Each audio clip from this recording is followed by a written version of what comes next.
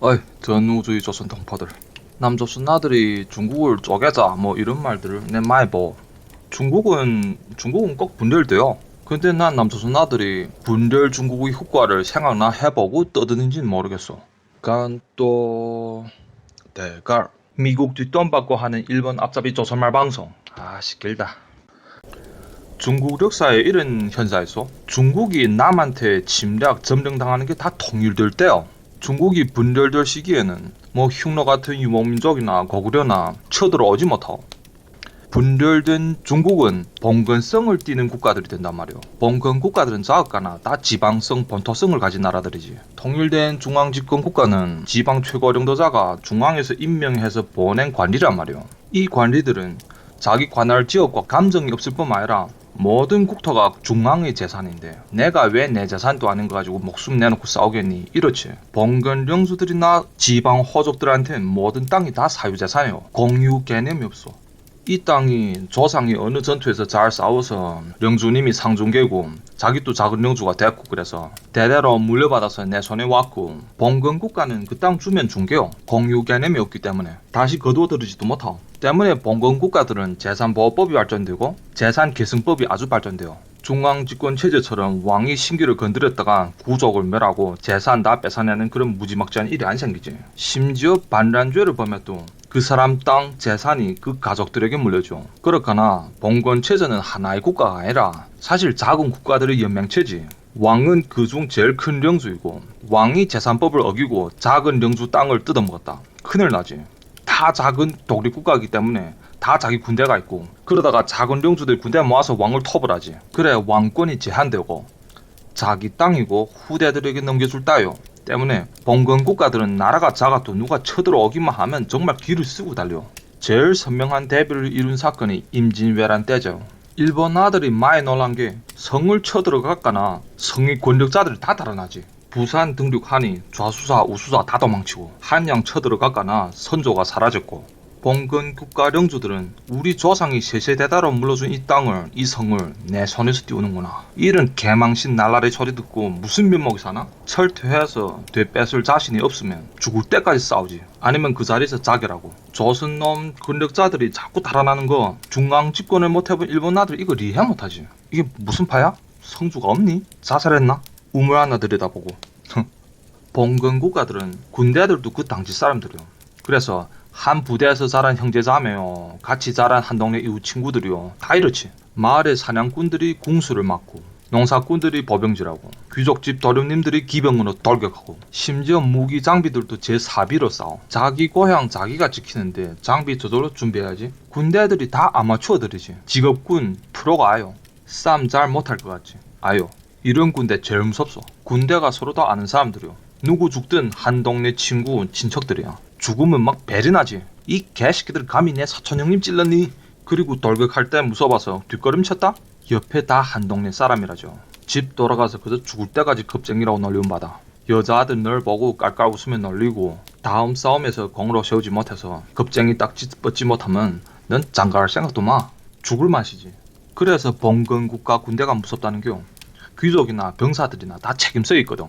전제국가는 병역을 도피해서 고향 돌아오면 전 마을이 얼씨구 좋거나 짠치요. 옛날에 남자 노동력 한내 얼마나 중요한데, 그 사람 얼굴도 못 본 황제를 위해서 어느 들어도 못 본 외딴 땅 따먹기에 목숨을 바치나? 미친 짓이지. 그러면 이런 나라들은 병역을 도피한 놈들이 똑똑한 놈이고, 그래 중국에는 옛날부터 호남아 불당병이란 말 있지 않소. 좋은 남자는 군대 안 간다. 당당한 사나이가 나라를 지키는 군복무를 나가는 게 수치 그 자체요. 얼마나 변태적인 문화요. 그러니 전제 조선의 관군이 어떻게 봉건 일본의 군사를 이길 수 있어? 족밥 신체지. 중국 사람 우스개로 그러죠. 왜 10만 천병을 무찌른 손오공이 서역길에서 여교들한테 자꾸 쩔쩔매니? 그 10만 천병은 공무원 새끼들이지. 제 책임을 다하겠나? 지방 요괴들은 다 자영업자, 개인 기업이야.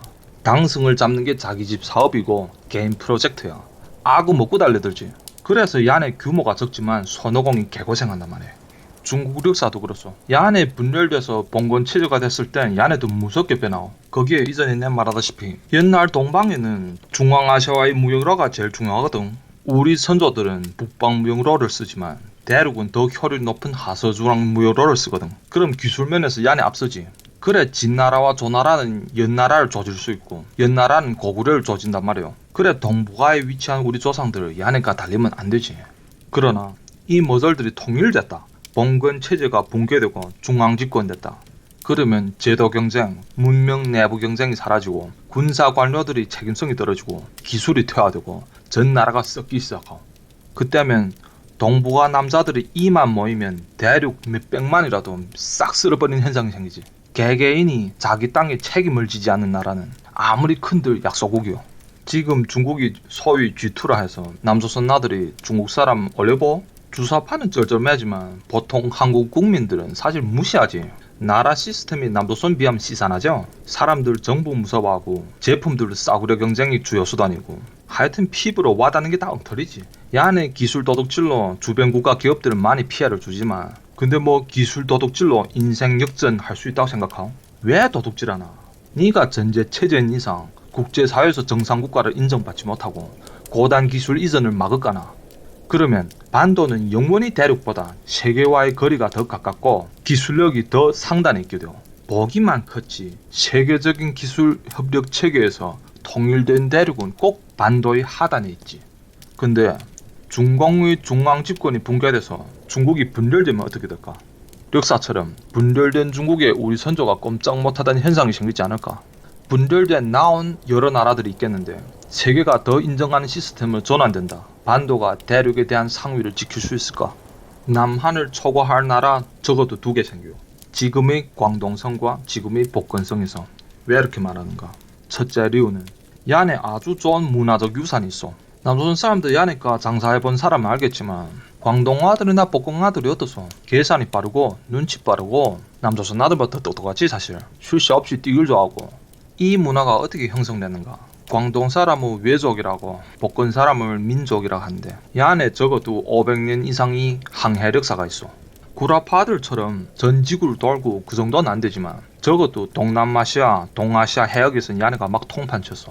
대륙, 일본, 동남아를 오가면서 무역질하고 해적질도 하고 이 시대의 소위 왜구들 사실 다 야네들이요. 아니면 야네 일본 가서 또돌이 사무라이들을 고용해서 데려와 쓴단 말이오. 조선 선비들이 집안에 들어박혀서 맹자왈나하고 그 잘난 청나라 한번 갔다 오고는 잘난 척할 때 이 복근 광동아들 선조들은 전 아시아 해역에서 쏘다니면서 일본과 명나라의 무역을 주도하고 동남아, 포르투갈, 에스파냐, 네덜란드 사람들과 경쟁했어. 해금 정책하는 명나라는 야니 이래 쏘다니는 걸 싫어하지. 중앙집권 국가는 다 상업을 반대하고 상업은 시장 경제를 만들고 시장 분배 법칙은 전제 국가의 권력 주도 분배 법칙을 파괴하거나 그래 중앙 집권 전통이 있는 유교 국가는 상업을 적으로 보지. 야네 불법 무역이 어찌 활발했으면 전 명나라 화폐가 은이 됐어. 야네 구라파들과 교역하고 은을 화폐로 삼아서 은을 가득 버려들였단 말이오. 시장에 은이 많아지고 명나라 백성들이 발견한 게 이 은이가 명나라 화폐보다 가치가 더 안정하고 신용이 좋단 말이에요. 그래 정식 국가 화폐가 싹 밀려나고 동남아 연해 아들이 밀수해온 은이 실제 화폐가 됐지. 지금 북조선 상인들이 북조선 화폐를 안 쓰고 달러를 받는 것과 똑같지. 그 중에 비교적 유명한 한 사람이 정자령이라고 역사에서 이 사람 무식하다고 욕하는 십선비들이 많지만 이 사람 대단한 사람이요. 일본하고 무역을 도맡아 했고 대만 개발을 주도했고 뭐 네덜란드 사람들인데 고용당해서 에스파냐 배를 트는 해적도 해봤고 자기 또다시 네덜란드 사람들과 땅 뺏기를 하며 싸움하고 야 이러면서 동아시아 해역에서 해상 제국을 세웠지. 손에 군대 한 10만 있었고 이 사람이 포르투갈어, 에스파냐어, 일어, 네덜란드어 적어도 5가지 언어를 할 줄 알아. 기타를 잘 친다는 소리도 있고 그러니까 나 사채 돌아다니며 여자를 꼬시고 사채에서 새끼치기 하고 물론 정치 혼인도 많지. 일본 한 사무라이 가정이 이 사람한테 딸을 시집 보내서 아들을 낳는데 이놈이 네덜란드 아들 손에서 대만 뺏어낸 유명한 정성공이고 정자령이 삼은 사위 하나는 또 포르투갈 사람이요. 이 포르투갈 사위가 장인 어른인데 흑인 부대를 선물해줬어. 포르투갈 사람들이 아시아에서 일소에 모자랄까나 흑인 노예를 데려와서 군사훈련시키고 조총 생산 방법도 가르쳐준단 말이요. 그래 이 흑인 부대가 정신의 군대에서 중요한 주력 부대가 됐지. 하여튼 이렇게 경력이 풍부한 천하 사나이 정자령이 방 안에 처박혀 사는 유교 공부나 하는 명나라 십선비 같은 놈들은 눈에 차긴 하겠소? 이 사람뿐만 아니라 복근 광동 사람들이 이런 상인, 해적 전설들이 많소. 야네는 문화가 방에 처박히는 법이 없어. 아들을 공부도 잘 안 시켜. 야, 그 시간에 나가 일나 배워라. 그게 낫겠다. 밤낮 어디 뛰어돌아다녀야 돼. 컨테이너 안에 숨어서 외국 미립국 하는 사람들 다 야네요. 중국제 외국대사관에서 복권 출신이면 비자를 잘 안 줘. 자꾸 불법 체류해서. 잘 나갈 땐 해상 제국을 건립하고 못 나갈 땐 외국 미립국 하는 컨테이너 안에서 질식돼 죽고 하여튼 에너지가 넘치는 사람들이지. 나도 광동 친구랑 있는데 야니까 놀면 내 몸에 이 조선민족의 십선비 체질이 알린다니까. 이런 정신, 이런 문화가 중앙제국에서 독립돼서 부패한 시스템에서 발목이 풀려서 창조력이 완전히 발휘되면 어떻게 되었어? 지금도 광동성 하나의 GDP가 막 남한을 따라가는데 물론 중국놈들 GDP 맨 수분이지만 절반 깎는다 해도 그 기초로 폭발해도 무섭소.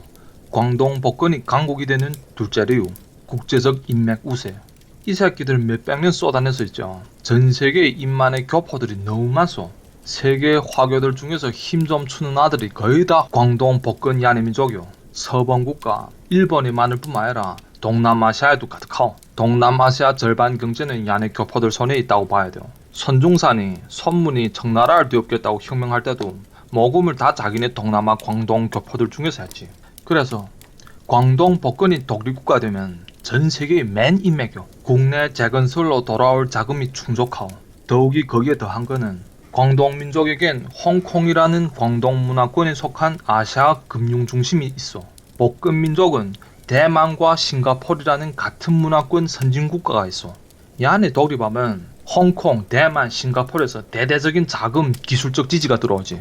이 안에 선조가 조선 십선비 새끼들처럼 집에 처박혀 신화 없지 않고 전 세계로 쏟아낸 덕에 전 세계 교포 상단들의 지지뿐만 아니라 홍콩, 싱가포르, 대만과 같은 해외 쉬운 나라가 있어서 본토가 독립되면 국가 규모 차원의 투자가 들어온단 말이에요.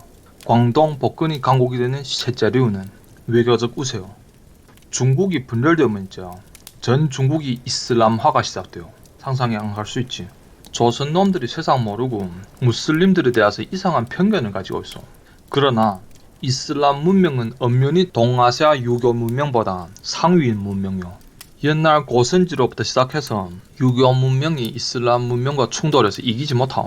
어떤 현상이 생기는가 하면 명나라, 청나라 시대를 보면 무슬림 커뮤니티, 유교 커뮤니티 섞어 살죠? 유교 커뮤니티가 다 무슬림화돼요. 역으로 무슬림의 유교화가 거의 안 돼요. 왜 그럴까? 알다시피 무슬림들은 기독교처럼 선교도 잘 안 하죠. 원인은 쉽게 이해할 수 있어. 예를 들어 한 지역에 홍수가 났어. 농사를 망쳤어. 유교 마을에는 혈연 시족들로 구성된 종사 조직이 있어. 그 관계망을 이용해서 주변 마을에 구원 요청하고 서로 호도하지. 근데 주변 마을 지주 나으리들이 곡간을 연들 온 마을 사람 며칠 먹여 살리겠어. 그것도 홍수 지면 전 지역이 보통 다 영향받는데 다 제 살 길 바쁘지.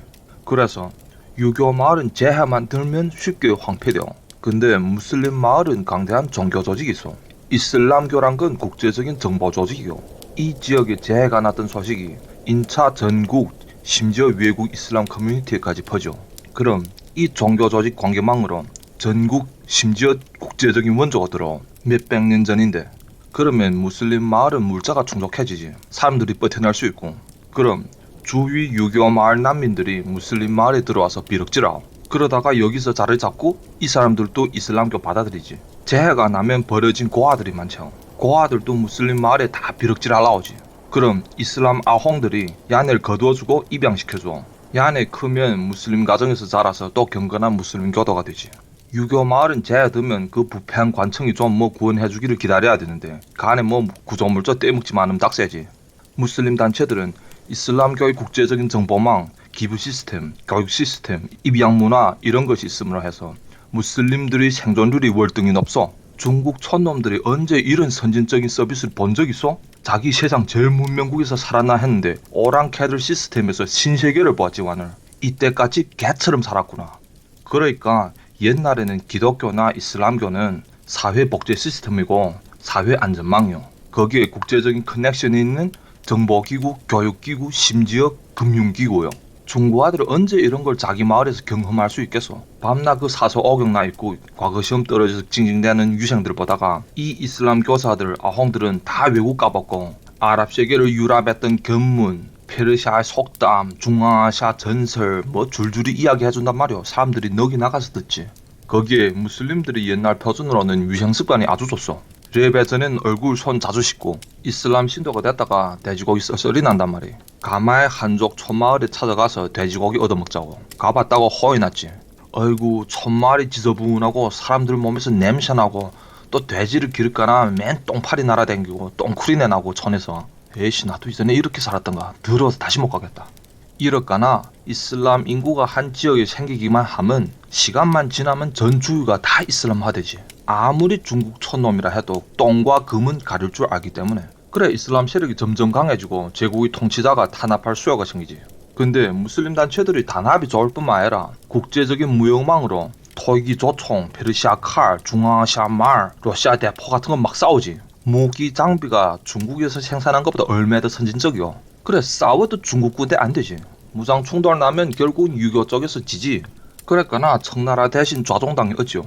영국 사람인데서 돈 빌려서 독일 아들인데서 무기 기술을 빌려서 신강 무슬림을 탄압했지. 결국 유교 문명이 이슬람 문명과의 충돌에서 밀리거나 기독교 문명이 힘을 빌려서 이슬람을 탄압했지. 지금 중공이 신강 탄압과 똑같지. 돈은 미국과 무역 꼼수로 벌어들인 외화로, 기술은 화웨이 등 기업이 서방에서 도둑질하고 빌려온 전자감시 기술 등으로. 그런데 트럼프 정부가 시작하면서 너네 돈줄 기술 다 차단해버린다. 너네 이슬람의 진격을 막을 수 있을까? 중공이 망하면 중국 서부 중부는 이슬람화가 불가피적이요. 청나라 시절에는 민간에 적어도 유교라도 있었지. 지금은 공산당이 민간 조직 다 죽여버려서 진공상태야. 중국 백성들한테는 아무 조직도 없어. 이번 무한 폐렴 사태도 정상적인 나라는 종교 조직, 민간 자선 조직이 앞장나서서 사람들 조직해서 서로 구조하고 약품, 필수품 전달하는데 중국은 하나도 없어. 제일 효율 낮은 부패한 관청에 모든 권력을 맡겼으니 무한나들 그저 집에서 앉아 죽기 기다리지. 중공이 망하면 아무도 이슬람을 막을 힘이 없고 중서부의 혼란은 종교단체 내놓고 어느 정부든 삐치기 싫어. 그래서 혼란된 중국 내륙에서 유일한 질서는 이슬람으로 생기고 이슬람 가입이 혼란 속에서 점점 인기 있는 선택이 되지. 무슬림 커뮤니티는 전 이슬람 국가들의 지원을 받고 안전할까나. 돼지고기가 아무리 맛있는들 집사람들의 안전보다 중요할까? 중국 전 대륙이 이슬람화가 가속되면 동남아도 절반이 이슬람 세계인데 전 아시아가 이슬람이 세계가 되는 걸 미국이 원할까? 미국 정부, 기독교 단체들은 적어도 중국 연해에 생긴 신생국들에게 기독교화를 시키지.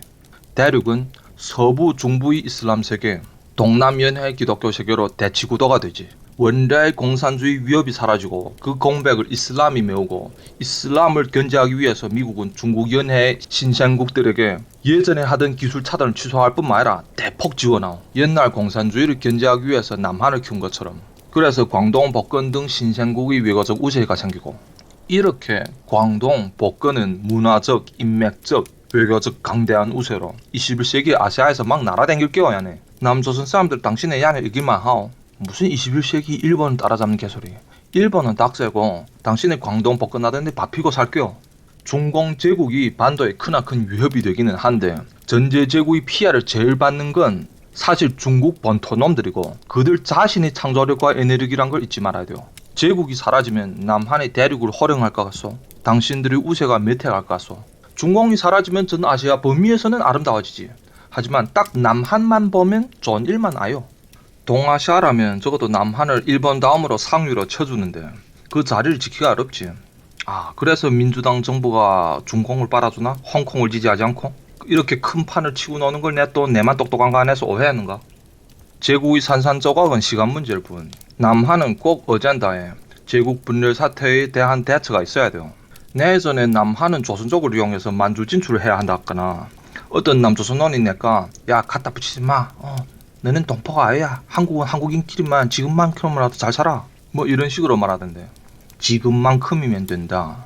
남만큼만 살자. 이런 사람들 다 도태돼요. 평범하게 사는 것처럼 보이는 남들은 다 부자 되려고 노력하는 사람들이요. 그들이 부자 되려고 노력한 100분의 1만 성사돼서 평범하게 사는 거지. 대륙의 신생국들은 중국 대륙, 동남아, 미국, 구라파 모든 교포, 인맥 자원 동원해서 남한에 도전을 해올 거란 말이요.